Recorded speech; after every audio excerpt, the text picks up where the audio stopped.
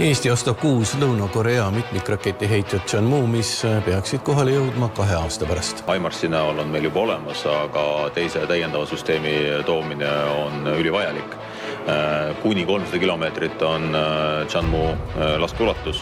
Nad töötavad edasi ka selle nimel, et jõuda 500 kilomeetrini. Processing line to adding to our pull-up and double-up some capacity. So we have to on-time delivery capability. We are in case of some Poland, we delivered more than 1,000 missiles within 1 year.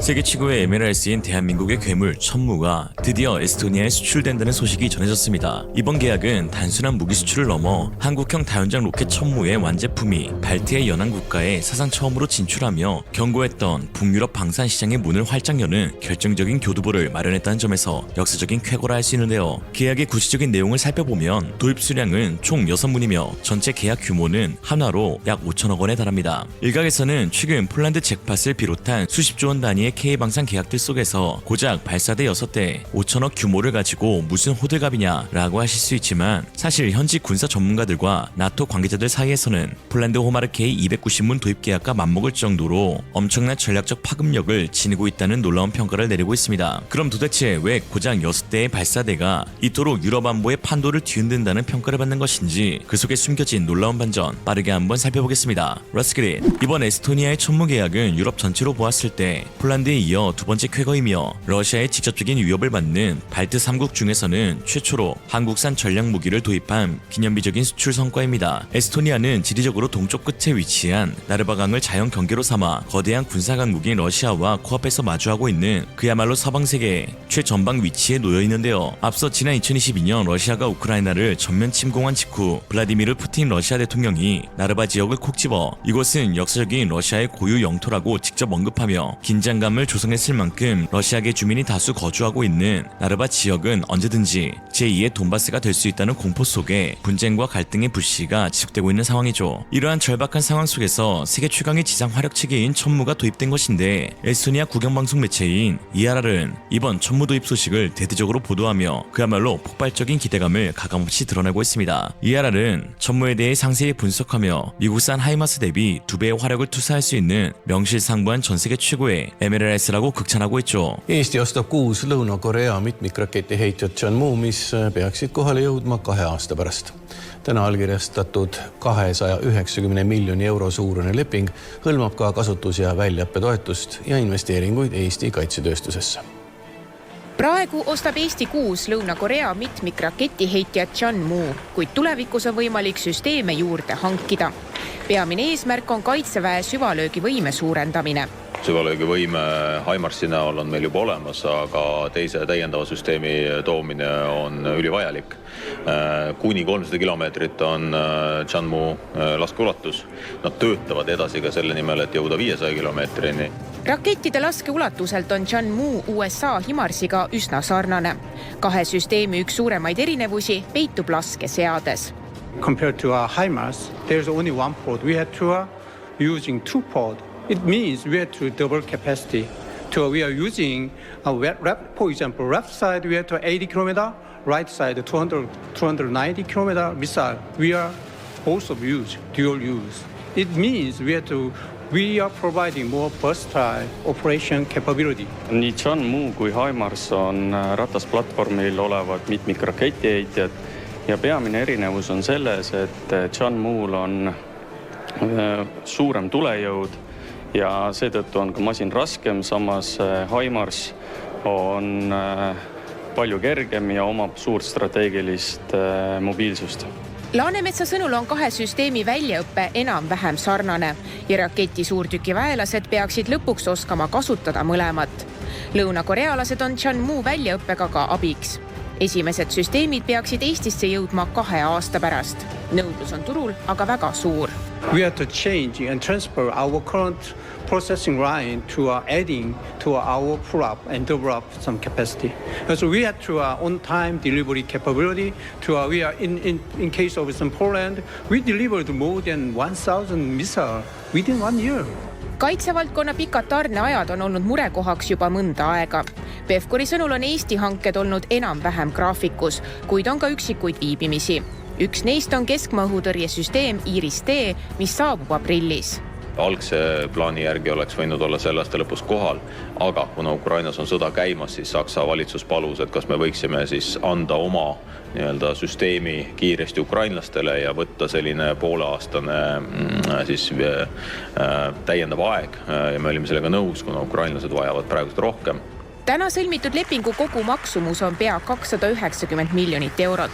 Selle osana teeb Lõuna-Korea kaitsetööstusettevõtte Hanwha investeeringuid ka Eesti kaitsetööstusesse, mis peaks 10 aasta가 tooma siia tagasi 40–60 miljonit eurot. 이번 도입으로 천무는 K9 자주포의 뒤를 이어 발트 국가 및 유럽의 표준 활용 무기가 될 가능성이 활짝 열렸습니다. 한화 에어로스페이스는 이번 계약을 바탕으로 인접국인 노르웨이, 라트비아, 리투아니아 등 발트의 연안 국가들은 물론 루마니아와 방산 선진국인 프랑스까지 관심을 내비치고 있다며 자신감을 보이고 있는데요. 특히 이미 세계 자주포 시장의 75% 이상을 석권하며 베스트셀러가 된 K9 자주포와의 시너지, 즉 패키지 딜 효과가 엄청난 위력을 발휘하고 있는데 이미 K9 자주포를 도입하여 운영 중인 유럽 국가들의 후속 포병 전력으로 천무가 선택될 가능성이 매우 높은 상황입니다. 한번 특정 제품을 쓰기 시작하면 운용 시스템과 유지 보수의 효율성 때문에 계속 그 제품을 쓸 수밖에 없는 락인 효과가 거대하기 때문이죠. 그러나 여전히 일부 네티즌들은 천무 6대의 수량은 뉴스거리도 아니다 라는 의견도 제시하고 있는데요. 과연 그럴까요? 하나씩 살펴보죠. 우선 화력의 질적인 측면에서 천무와 K9 자주포를 비교해보면 천무 6대는 자주포 약 30문에 동시 일제 사격과 맞먹는 파괴력을 지니고 있습니다. 그 비밀은 바로 단위 면적당 쏟아붓는 압도적인 화력 밀도에 있는데요. 우리 군의 전투 실험 결과 K239 천무 한 개 대대가 투사하는 화력 효과는 기존의 K9 자주포 한 개 대대보다 약 4.5배나 우위에 있다는 놀라운 데이터가 나왔습니다. 구체적인 수치를 보면 10발 사격을 기준으로 했을 때 개활지에서의 적 피해율은 K9 대대가 40.8%인 반면 천무 대대는 무려 179.4%라는 초현실적인 살상력을 보여주었죠. 또한 방어가 용이한 삼림이나 도서 지역에서의 피해율 역시 K9 대대가 34.4%에 그칠 때 천무 대대는 145.6%를 기록하며 지형을 가리지 않는 파괴신으로서의 면모를 과시했습니다. 이건 K9이 약한 것이 아니라 천무의 화력이 터무니없이 강하다는 것이죠. 천무가 순간적으로 쏟아붓는 고밀도 집중사격 TOT와 일제 기습사격 능력은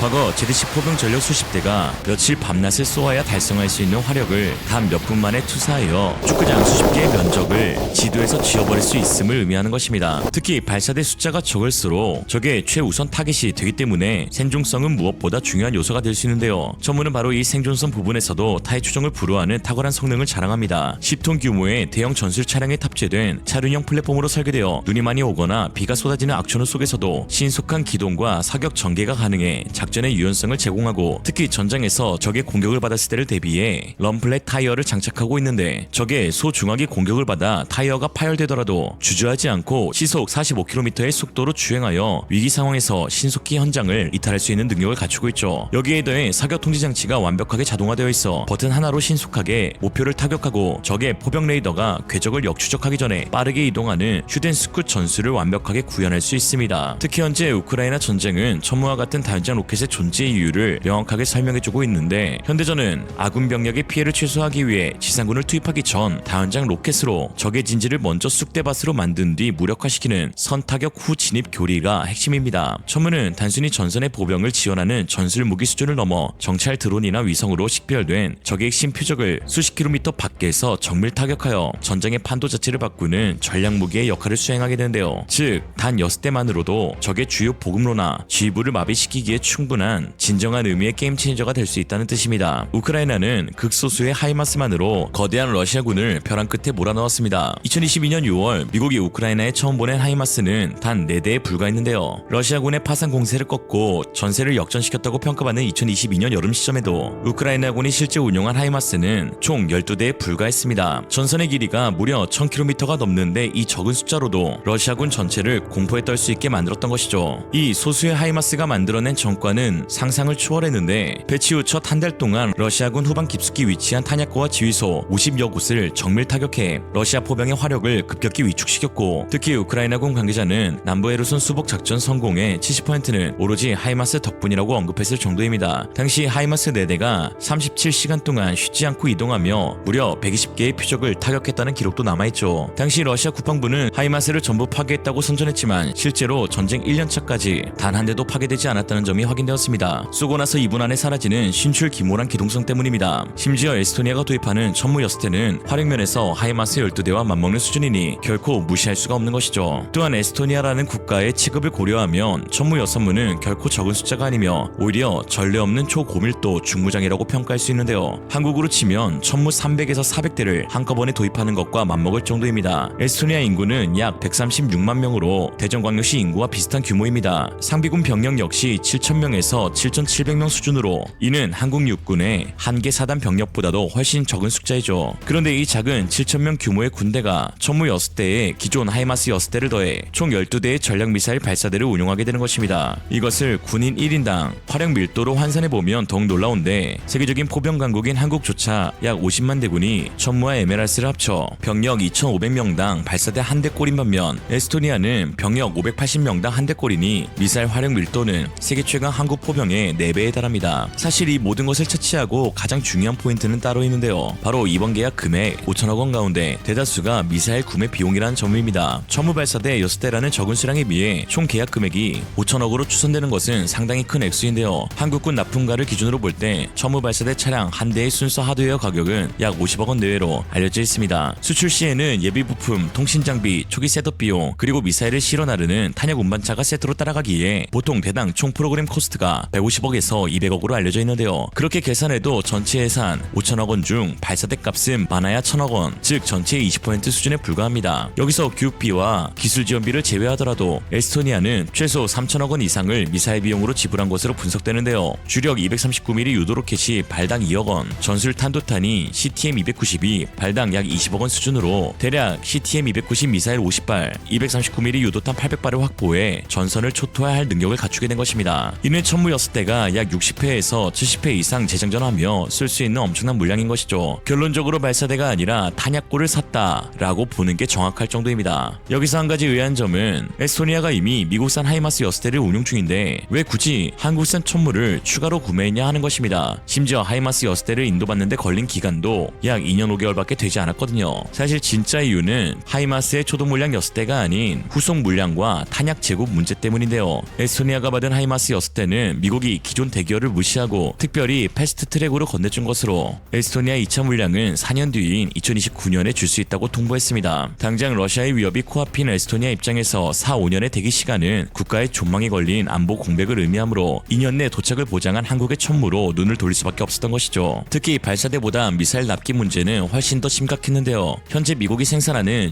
GMLRS나 에이테킴스 미사일의 대부분은 우크라이나 전선으로 우선 배정되고 있어 에스토니아 같은 구매국은 돈을 내고도 물건을 제때 받지 못하는 상황입니다. 심지어 2022년 에스토니아가 처음 하이마스 도입 계약을 맺을 당시 미국은 자국 재고 부족과 우크라이나 지원을 이유로 에스토니아에 판매할 수 있는 전략 미사일 에이테킴스 수량을 딱 18발로 정했습니다. 18. 반면 한국은 그야말로 미친 생산 능력을 보여주고 있는데 폴란드는 천무 도입 단 1년 만에 미사일 1000발을 공급받았습니다. 이런 능력을 지닌 국가는 전 세계에 대한민국밖에 없으며 현재까지 폴란드는 천무 도입 1차 계약에서만 수천 발의 유도탄과 상당수의 전술 탄도탄을 단숨에 확보했죠. 항공모함에서 가장 중요한 것이 탑재되어 있는 함재기이듯 에메랄스의 핵심은 결국 쏠 수 있는 로켓 미사일의 질과 양이라고 할 수 있는데요. 천무는 양뿐만이 아니라 질적인 면에서도 하이마스를 압도하는데 122mm, 130mm, 227mm, 239mm, 400mm, 600mm 등 사실상 현존하는 모든 구경의 로켓과 미사일을 쏠 수 있는 세계 유일 만능 플랫폼입니다. 그 중에서도 진짜 백미는 바로 122mm 로켓 운용 능력인데요. 한국은 폴란드의 요구를 수용해 122mm 무도 로켓 포드를 천무에 통합할 수 있도록 개량해 주었습니다. 이는 동유럽 국가들의 산더미처럼 쌓여있는 엄청난 양의 구스런지 재고 탄약을 천무로 쏠 수 있다는 뜻으로 전시 지속 능력에서 타의 추종을 불허하는 엄청난 차이를 만들어내죠. 폴란드 국영방산 기업 메스코가 생산하는 M21 페닉스 122mm 로켓은 이를 발사할 기존 플랫폼이 노후화되어 폴란드는 이 로켓 수천 발을 전량 폐기해야 할 위기에 처해 있었습니다. 이로 인해 메스코의 부도가 사실상 확정적이었는데요. 그러나 천무가 이 로켓을 쏠 수 있게 되면서 메스코 입장에서는 향후 수십 년간 122mm 페닉스 로켓을 대량으로 찍어낼 확실한 일감과 시장을 보장받아 기사회생하게 되었습니다. 반면 미국 하이마스는 기본적으로 패스형 플랫폼이라 호환 자체가 불가능한데 하이마스가 운용 가능한 구경은 딱 3가지로 227mm, 610mm 그리고 최신의 430mm급이 전부입니다. 근데 뭐 이마저도 받지 못하는 실정이니 말 다했죠. 천무의 놀라운 점은 앞으로도 쭉 지나고 하고 있다는 것인데 천무 3.0 프로젝트를 통해 미사일 라인업을 미친 속도로 더 늘려나가고 있는데요. 지상 공격뿐만 아니라 해상의 적 함정을 타격할 수 있는 대한미사일 통합 개량형, 고고도에서 활공하며 적의 방공망을 회피하는 차세대 초장 사거리, 활공 유도탄, 심지어 고객이 원하면 해당 국가의 로켓도 쓸 수 있게 포드만 레고 블록처럼 바꾸는 혁신도 진행 중이죠. 뭐 이러니 천무를 구매하지 않을 하등의 이유가 없다 라는 것이 오늘의 결론. 오늘의 한 줄 평, 천무 어디까지 쓸 수 있는 거예요? 800km까지. 이생으로 리얼리즘이었습니다. 여러분의 생각은 어떠신가요? 현명하고 지혜로운 여러분의 의견을 지금 댓글에 남겨주세요.